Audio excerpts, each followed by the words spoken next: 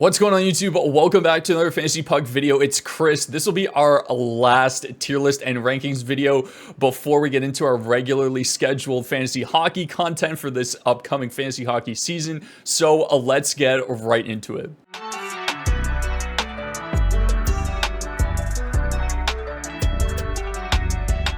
Exact same format that we've been doing for every single tier list that we've done. We've got goals, assists, shots, hits, blocks, no plus minus, and power play points as well. Almost forgot that. I'm doing top 20 skaters. Mike did top 20 overall. I don't have goalies in this list at all, just to give you guys a little bit of variation from the previous video that Mike did. But this is, again, all my opinion and all based off of the scoring and where I think certain players should rank. Number one, to nobody's surprised, I have Connor McDavid at the start of S tier. Like, do I really need to go over this at this point? 352 shots for the guy. He could get 70 goals next year. He could have 160 points. Like we were saying at the beginning of the year, like, is 150 even like touchable by this guy? And then he just goes and like does it no problem. 71 power play points. We are approaching we might have to ban him in fantasy hockey league soon. What people did with Gretzky, where you can draft him just for his goals or you can draft him just for his assists, because it's getting ridiculous at this point. Like I'm done talking about it. He's the best. He's the best in fantasy hockey. It's a joke. Let's move on. Number two, Leon Draisaitl. Again, like the floor is like 110 points at this point, right? Like he's a lock for 50 goals every year, 62 power play points. The only real downside I think that Draisaitl has is that he doesn't have an elite shot volume. But one thing that he is incredibly valued at is he often gets dual eligibility, so you can play this guy on the wing and draft elite centerman along with him in your guys' drafts. Which is just like an insane thing to think about. Like you think of like the number 2 overall player and he's dual eligible. Absolute stud. I'd love it if his shot volume went up, but like you really can't complain about whatever this guy does. Like the power play points just in general are just insane. So he's obviously the number 2. Number 3, Mike got a little bit of pushback for this, but I'm right there with him. I have Auston Matthews as my number 3. Let's go over this, because we all know McKinnon is at 4. So let's just slot him in right there. 40 goals is a slump for Auston Matthews. Like, let me say that again. 40 goals is a slump for this guy. Like, everybody just forgot that he's been close to a goal per game in the last 2 years. His goal rates over the last 2 years are 0.82 and 0.78 goals per game. Only McDavid was close to that the season that he just had. He leads the NHL in shots over the past 3 seasons. He's tied with McDavid for most goals over the last 3 seasons in 19 less games. And then on top of that, he led all forwards in blocks last season. Such an insanely high floor. I think he's going to continue to score 50 goals. The real reason why I have Matthews above McKinnon is more so because of the McKinnon situation. The issue is he plays only like 70 games a year. He hit his career high in goals last season with 42. That's roughly Auston Matthews' floor. You can't necessarily predict injuries, but you can look at a player's injury history. And with McKinnon, he's missed like 28, close to 30 games in the past 2 years.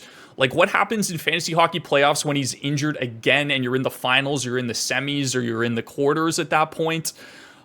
Even with the injury, he still gets you top 4 production. Like, he's insane. I just wish that he could string together a couple seasons where he plays anywhere close to 80 games, but unfortunately it doesn't seem to happen. That's why I have him at the 4. And then rounding out our S tier list, guys, we have Cale Makar of the Colorado Avalanche.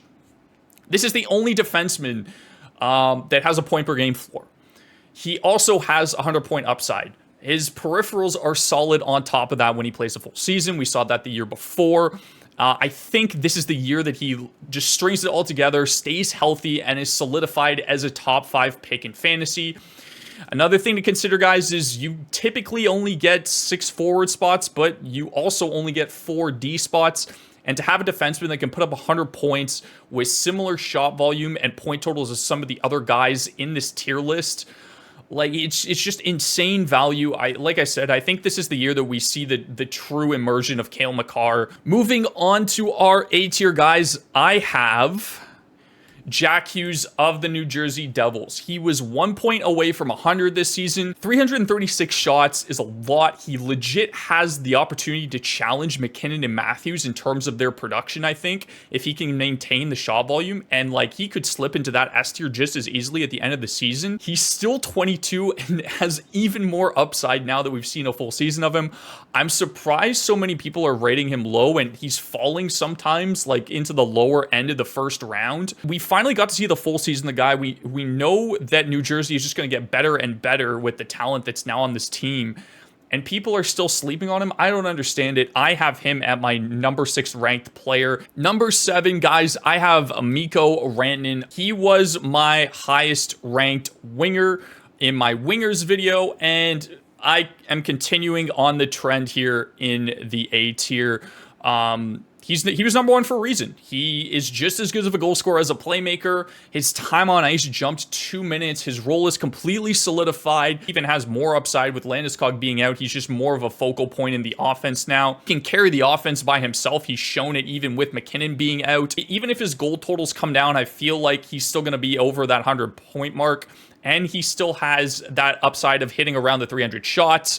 I think he's just a safe player. He's very good when it comes to, you know, being just as good of a goal scorer as a playmaker. So I like Rantanen at this spot. You don't have to worry about anything else. He's a very safe pick in that 7 to 9 range.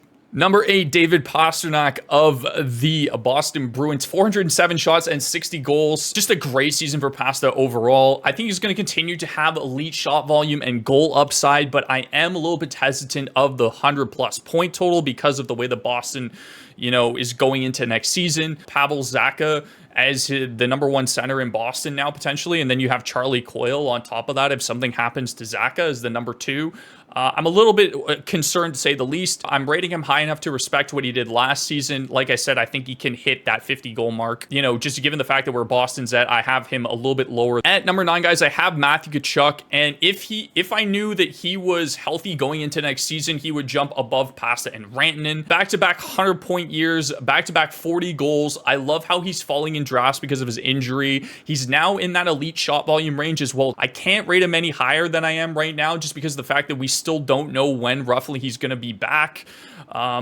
He had less than 1 hit per game last year, which is like concerning in terms of like, you think of a Tkachuk and he's like, oh, it's like he's like Brady, he's just going to hit everything that moves, but he doesn't play like that. He's more of an elite playmaker if anything, but because of the injury, I'm just going to put him here for right now. At the number 10 spot, I have Brady Tkachuk, the unicorn of fantasy hockey, and he always just challenges for the highest amount of shots and hits in the NHL on a consistent basis. And now he's gotten even more valuable because he's a point per game player. He had 35 goals. He's only 23 years of age. I don't know if he's got that 90 to 100 point range, but it doesn't affect his value at all whatsoever, guys. It's the sheer amount of volume and hits, and then you combine those two things together. Like I said, he's an absolute unicorn. He is one of Mike and I's favorite players because of just the amount of volume that he gets on top of all of that. Absolute stud, deserving of being in this A tier. At number 11, I have Jason Robertson of the Dallas Stars. He's such a safe pick. He's had 40 plus goals in the last 2 seasons. He's now upwards in that elite shot volume range of being over 300. He was 5th in power play points last year too, guys. And he's a durable player, doesn't get injured a lot, only missed 11 games in the past 3 seasons. Plays on an elite line. I would love to see that line play more minutes going into next season. But, you know, J-Rob's just safe. You know what you're going to get out of him. Pavelski doesn't look like he's slowing down too much. And if Pavelski does start to slow a little bit, they have a lot of good young depth forwards that can fill that role. I think J-Rob is just a very, very safe pick. Like I said, he's a lock for pretty much 40 goals. I think he's got 50 goal upside, and I think he should be around, you know, the 90, 100 point range again this season. Up next is Kirill Kaprizov, rounding out our A-tier guys. He's had back-to-back 40-goal seasons as well. Last year's came in only 67 games with his shooting percentage staying the exact same, which is a really good sign. He also has 50-goal, 100-point upside like the years before. Only thing that changed based off of the past 2 seasons is we could now see him hit over that 300 shot mark. He hasn't done it yet. Mike and I are also really excited, along with the entire FP crew, about this guy going into next season, especially because he's falling in drafts, and sometimes you can even get him at the turn in the second round, which is insane. But I love him going into next season. I love the upside. He's the driver of that offense on Minnesota, and I think he's got, like I said, 50 goal, 100-point upside going to next year. Starting off our B tier, guys, I have Tage Thompson. This is the guy that I think I've been the most wrong ever about in fantasy hockey. If you guys heard my take on him the year before, my argument was that his shot volume just suddenly doubled and was finally healthy for the first time in his career. So I was a little bit hesitant that it was only like a one-year wonder type thing. But then he goes ahead and shreds the injury issues, plays another 78 games, dropped 47 goals and 94 points and almost 300 shots without a jump in his shooting percentage. He is the guy in Buffalo now, and part of him and Dahlin are like the main reasons why they've started to see that push towards the playoffs. If he matches last season's total or exceeds them, I think he jumps into the A tier spot. He's also a good bet to get right wing eligibility, because towards the end of last season they were playing him alongside Dylan Cousins. Cousins was the center of that line the majority of the time once they got and traded for Jordan Greenway. So I think, you know, really good pick here. He's not quite in my A tier yet because he needs to show me one more year of being that elite level of production and goal scoring, and I would love it if he, like I said, jumps over that 310 shot range. But this guy is so fun to watch as well too. I really like him as a player. I just need to see one more year of him. Up next is Nikita Kucherov of the Tampa Bay Lightning. He will likely go in the first round of most drafts because people will see the point totals, and I wouldn't fault you for it at all. I think the difference between him, Tage, and the forwards above him is two things. Number one, it's shot volume, and number two, it's goal upside. He's hit over 40 goals once in his career and has never had over 280 shots. He's elite when he's healthy in terms of his point production, especially the power play. Only McDavid and Draisaitl have had more power play points in the last 2 years. He does carry more injury risk too, but outside of last year's 82-game season, he's had 47 total games played over the 2 prior years. And another thing to remember is he's also 30 now, guys, so he will be kind of exiting his prime. So just something to keep in mind with Kucherov. That's why I have him in the B tier. Up next is Roman Josi, and the only other defenseman that I would probably consider taking in the first 2 rounds. He always has a legit chance to touch the 300 shot mark because of his insane volume. You combine that with him being at a 0.96 points per game over the past 3 seasons, and he's good for usually over 130 blocks as well too. He is just as much of a unicorn in my opinion as Brady Tkachuk. Not many defensemen can shoot that much, produce that much, and then you add in the block totals as well too, guys. I'm not worried at all based off of what I've seen on the Nashville roster, but even if they are like bad in terms of their overall team, look what Erik Karlsson was able to do with an awful San Jose Sharks team who's arguably like 2 times as bad as the current Nashville roster. Expect him to be healthy too as well, guys. He's missed 12 games in the past 4 seasons prior to last season. He did have that injury towards the end of the year and unfortunately really affected my team in terms of fantasy hockey playoffs. But, you know, like I'm right back on him again this year. Mike and I both love him as well. And I think that, you know, like I said, he's the only other defenseman I would probably take in the second round. Up next, guys, is Elias Pettersson of the Vancouver Canucks. He's always had the talent to be a point-per-game player, but I didn't think that his ceiling was this high because of his two-way game. 39 goals, just under 40 and 102 points, puts him right alongside some of the guys in the A tier. I have him in the B tier here, however, because this is his first year doing this.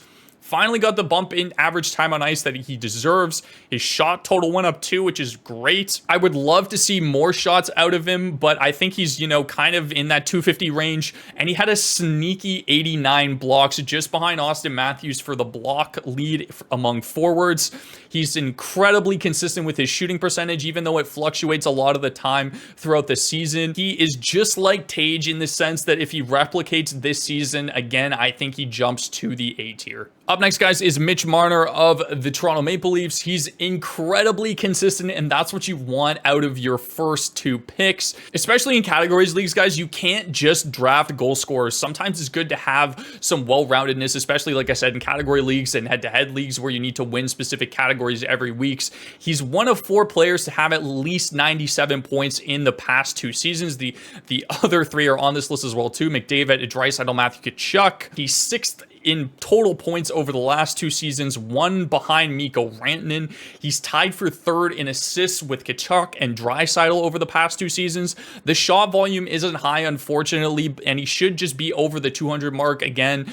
He will live in the 30 to 35 goal range with 70 assists and 100 points for many years to come. I love him as a very safe 2nd round pick. Starting off our C tier, guys, we have Tim Stützle. Just a note on this guy, Mike and I both missed him in our wingers and centers video.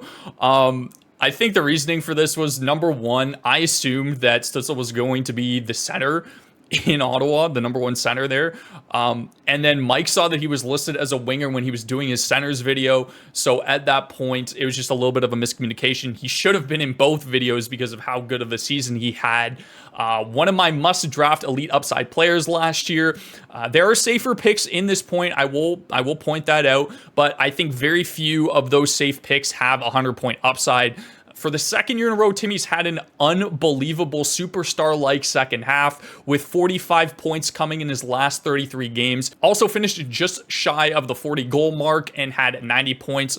I think we can see a Jack Hughes-like season out of him. He's that talented as a player. That being said, I'm not 100% sold on the goal scoring. His shooting percentage jumped 5%, and he's not typically a high-volume shot guy like most elite scorers are in the National Hockey League. I think he's dynamic and talented enough as a playmaker to hit over 90 points. On top of all of that scoring upside, he's good for at least 110 hits and plays on a great power play as well. I have him in C tier because he needs to show me 1 more year of this level of production, and I think he will jump significantly in the tiers as well. All right, rounding out our C tier and our top 20 players list, we have Timo Meier and Alex Ovechkin. Now, before we get into them, I'm going to quickly go over some honorable mentions that I considered as well. First was Artemi Panarin, usually a lock for around 90-95 points. Very similar to Mitch Marner in terms of his floor. I think his floor is slightly lower. The thing that left Panarin off this list was the fact that Mitch typically scores more and shoots more than Panarin does. Like, Panarin's shot volume is even lower. I think with Panarin, he's now kind of exiting his prime, similar to what Kucherov's situation is, where he's just now hitting over that 30 age mark. So I left him off that list for those reasons. I also looked at Mika Zibanejad. Zib is great. I think he has a really high floor, very consistent too in terms of his games played total. I think he's only missed 1 or even 2 games over the past 3 seasons. Like I said, great player. He can get you around that 35-40 goal mark. Him and Panarin are both really good in terms of power play points as well too. Also considered Crosby as well too, guys.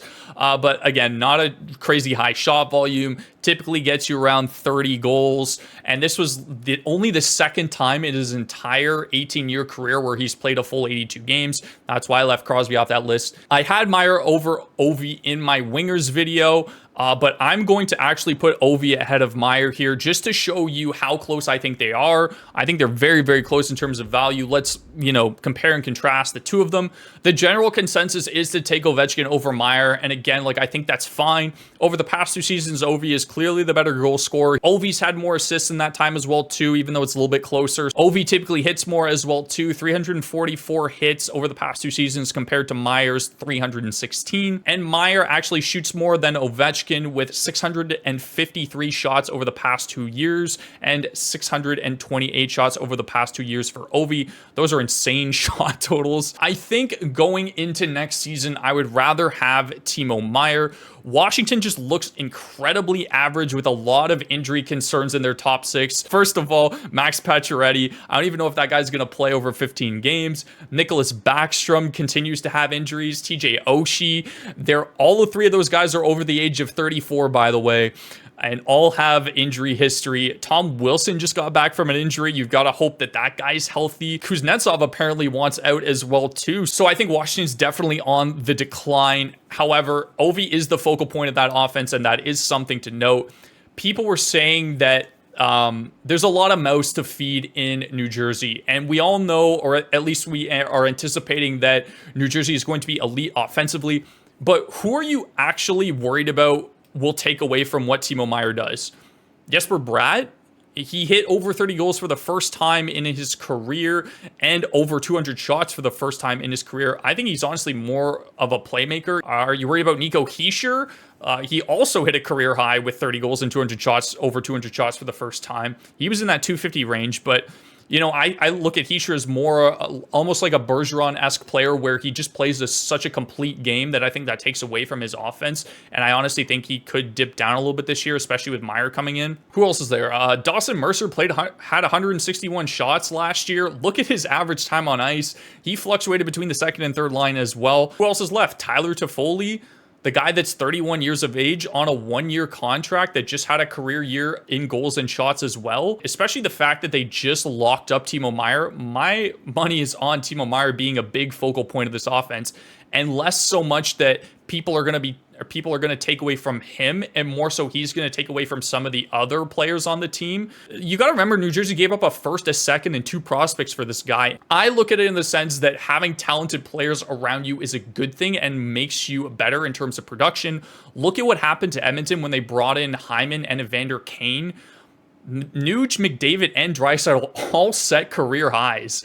And then you look at Hyman and Kane's production as well, too, and you're able to live in an offense where there's 5 elite players. Going to next season, Timo Meier has more upside than Ovechkin, although Ovi just doesn't age at all. I'm not concerned about his age, even though he's going to be 38. The guy is just an absolute machine. And like I said, I don't blame you if you take Ovi over Meier. This is just my opinion going into next season. That's going to do it for this video, guys. Let me know in the comments down below. Did I miss anybody in the top 20? Would you have taken, like, say, for example, Rasmus Dahlin instead of any of those forwards in C tier? Would you have taken Panarin or Zib above any of those guys? Maybe Crosby? Maybe a guy like Braden Point? Let me know in the comments down below, and I'll give you guys my reasoning for why I had certain players above them.